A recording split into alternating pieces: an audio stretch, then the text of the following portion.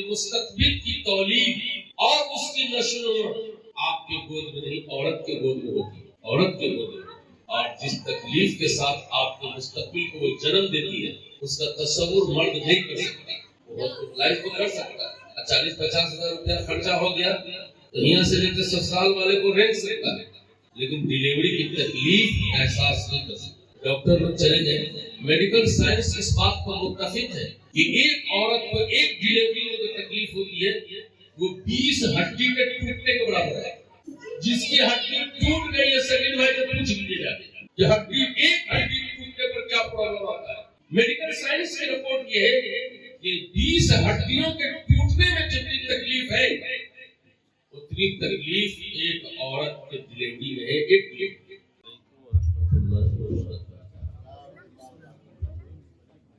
بسم اللہ الرحمن الرحیم. اللهم صل على سيدنا محمد النبي وعلى وصحبه وبارك وسلم. اصحاب علم و فضل، ارباب فقہ دانش، علم الادیان و علم الابدان کے ماہرین، حاضرین و ناظرین، مردانہ سے بہنوں اور بیٹیوں، مدرسہ سرمایہ البنات کے معلمات، منتظمین اور فکرمند احباب، حاضرین و ناظرین، رب کریم کا بہت رسول علیہ السلام ہے کہ اس نے اپنی شان کریمی سے مجھے اس گاؤں میں اس آبادی میں آنے اور موقع عنایت فرمایا جہاں میرے بہت راتیں گزر چکی اور داڑھی کا ایک بال سفید بھی نہیں تھا. اس وقت میں مولانا اعجاز صاحب اور دوسرے یہاں کے مشہور کابینی ماسٹر اس سب حضرات کو اچھی طرح جانتے ہیں. اسے جب سلامپور، رامپٹی، بلپورا، راجو، شکرپور، بھوارا، نائسپٹی، وسطا اور ادھر کی جتنی آبادیاں ہیں جب اس خطے میں آتا ہوں تو ایسا لگتا ہے کہ سعودی عرب سے گھر آ رہا ہے. ایسا لگتا ہے کہ سفر سے گھر آ رہا ہے، یعنی گھر پہ میرا آواز ادھر لوٹنے میں جتنی خوشی نہیں ہوتی ہے اس سے زیادہ اس طرف آنے میں مجھے خوشی ہوتی ہے. اس لیے کہ یہ پورا خطہ میرے روحانی ایمانی کاموں کا میدان ہے تو اس کی مثال ہے.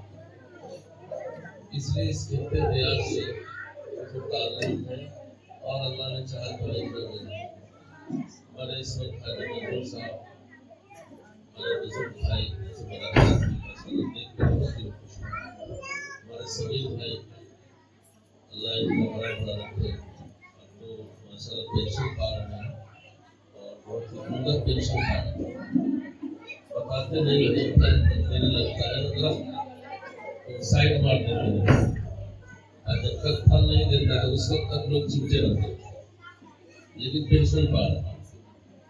ہمارے مخدوم علی قدر مولانا شمس الحق صاحب دعوت برکات بنا لیا اور ہمارے عزیز علی قدر حضرت مولانا احمد حسین صاحب مفتی صاحب کا ریحان صاحب، مولانا علی صاحب، مولانا اعجاز صاحب، تمام لوگوں کو شامل کرتا ہوں.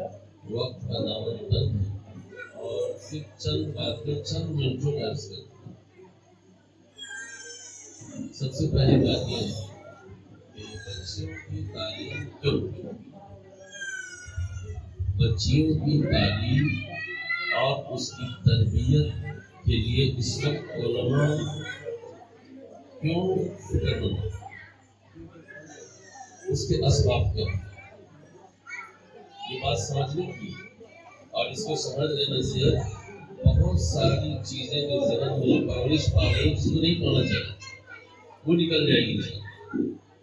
سب سے پہلی بات یہ ہے کہ آپ کے جوان نوجوان علماء جگہ جگہ پر یہ لڑکیوں کا مدرسہ قائم کر رہے ہیں اور لڑکیوں کی تعلیم اور تربیت کی طرف وہ متوجہ ہیں. آخر کیوں، کیا وجہ؟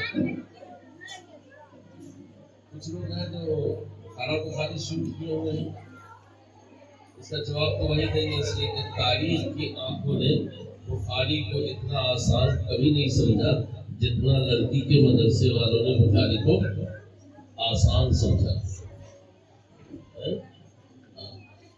تاریخ کے آنکھوں نے نہیں سمجھا. اس کا جواب تو وہ لڑکی والے دیں گے جو لڑکی کو بخاری پڑھاتے ہیں، میرے ذمہ نہیں ہے۔ لیکن آخر بچیوں کی تعلیم و تربیت کی طرف 10 سالوں میں اس قدر تیزی کیوں آئی ہے؟ اس کی بحیثیت عورت دو وجہ ہے، اب بحیثیت مسلم عورت 3 وجہ، بحیثیت عورت دو، نمبر 1 فطرت کے تقاضے کے مطابق ہر زمانے میں عورتوں کی تعداد مردوں سے زیادہ ہونی چاہیے۔ فطرت یہ دین کی فطرت، اور فطرت کا پیدا کرنے والا اللہ، تو فطرت یہ چاہتی ہے کہ مرد کے مقابلے میں عورت زیادہ ہے، لیکن موجودہ جو منظر نامہ ہے کہیں کم کہیں زیادہ، اگر عورتوں کو زیادہ نہیں مانتے ہیں تو دنیا کی کم سے کم نصف آبادی تو ماننا ہوگا، نصف آبادی مردوں کی اور نصف آبادی عورتوں کی۔ مردوں کی آدھی آبادی اچھی ہو اور انسان میں عورتوں کی آدھی آبادی نہ اچھی ہو تو اچھا سماج کیسے بن سکتا؟ اچھا سماج کیسے؟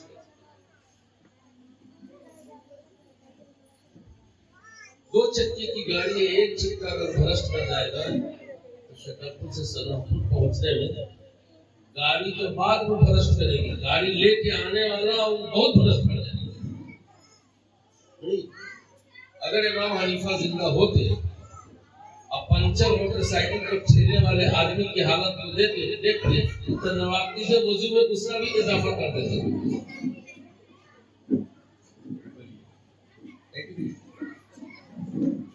وہ کہتے کہ اگر کسی آدمی نے پنچر گاڑی کو ٹھیلا اور لے کر کے یہاں سے وہاں تک گیا تو اس کا وضو ٹوٹ جائے۔ تو دو چکے کی گاڑی ہو اور ایک چکا بھرشٹ کر جائے منزل پر گاڑی نہیں پہنچ سکتی۔ حیات انسانی کو کامیاب منزل تک پہنچنے کے لیے اللہ نے مرد اور عورت کا نظام بنایا۔ کامیاب منزل، کامیابی کے ساتھ منزل تک پہنچنے کے لیے عورت اور مرد کا نظام بنایا۔ مرد تعلیم یافتہ ہو، ان کے درمیان واز ہو، نصیحت ہو، اجتماع منعقد ہو، اور عورتوں سے صرف نظر کر لیا جائے۔ یاد رکھیے کبھی بھی وہ معاشرہ اور سماج اچھا نہیں ہو سکتا۔ اگر ایسا ہی اچھا ہونا ہوتا تو نبی رحمت صلی اللہ علیہ وسلم عورت کی تعلیم و تربیت پر متوجہ نہیں ہوتے۔ مردوں کے لیے تو حضور نے مسجد میں نظام بنایا، اور کمال یہ ہے کہ خواتین کے لیے حضور نے اپنے گھر میں نظام بنایا۔ اس لیے میں کہتا ہوں کہ جہاں کہیں بچیوں کے اور خواتین کا تعلیمی نظام ہے اس گھر کا سلسلہ نسب رسول اللہ کے گھر سے جا کے نہیں۔ اگر وفات کے بعد نبی رحمت کا جسم اطہر جہاں ٹچ ہے وہ عرش سے افضل ہے، تو حیات میں اگر رسول پاک صلی اللہ علیہ وسلم کا جسم مبارک جس گھر میں رہا ہے وہ کسی کعبہ سے کم نہیں ہے۔ تو اس گھر کی طرف نسبت ہے اس جگہ کی جس جگہ پہ لڑکیوں کی تعلیم و تربیت ہے۔ رسول اللہ صلی اللہ علیہ وسلم نے یہ محنت اسی لیے کی ہے کہ مرد بھی اچھے ہوں گے، عورتیں بھی اچھی ہوں گی، مرد بھی پڑھا لکھا ہوگا، عورتیں بھی پڑھی لکھی ہوگی، تربیت یافتہ ہوگی، تو سماج اور معاشرہ کامیابی کے ساتھ اپنی منزل پر پہنچے۔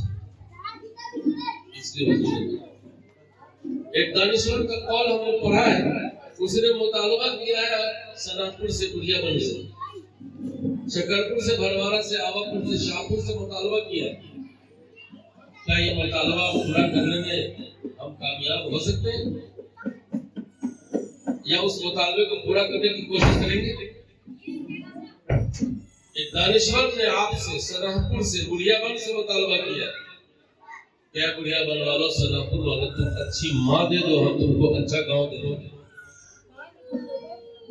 تم اچھی ماں دے دو، ہم تم کو اچھا گاؤں دے دیں گے، اچھا سماج دے دیں۔ ظاہر بات ہے اچھی ماں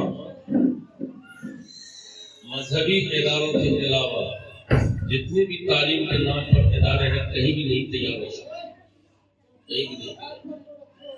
میرا مطالبہ قاری ریحان صاحب کے اس مدرسے سے، اس پوری آبادی سے یہ ہے کہ اپنے گاؤں میں اچھی ماں دے دیں، وہ ماں اچھا سماج دے دے اور وہ ماں اچھا گاؤں دے دے۔ اچھی ماں کی تیاری کا سینٹر یہ مدرسہ ہے۔ ایک وجہ تو یہ آدھی آبادی ہے، عورتوں کی آدھی آبادی اگر خراب ہوگی آدھی آبادی اچھی نہیں ہو سکتی۔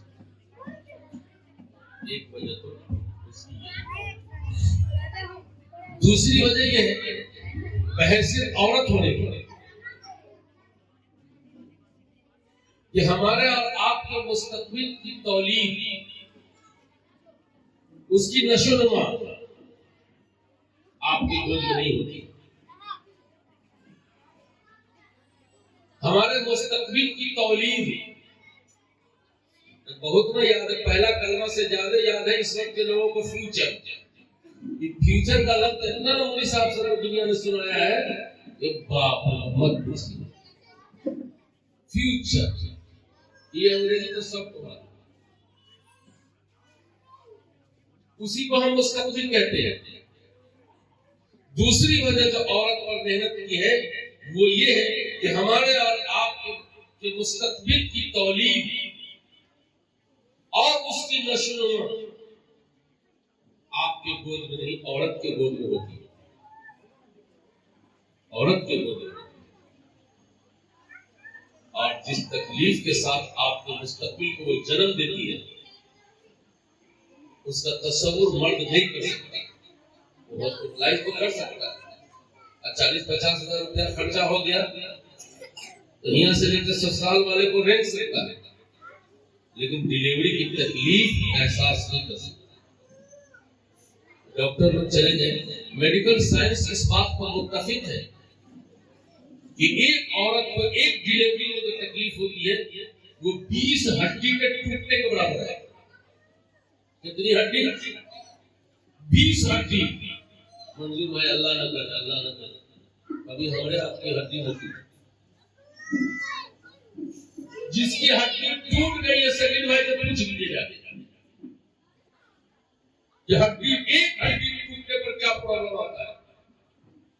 میڈیکل سائنس کی رپورٹ یہ ہے کہ 20 ہڈیوں کے ٹوٹنے میں جتنی تکلیف ہے اتنی تکلیف ایک عورت کے ڈلیوری میں ہے۔ یہ عورت ہمارے اور آپ کے مستقبل کو، یہ جو 1.5 فٹ ہے جنون بن رہا ہے،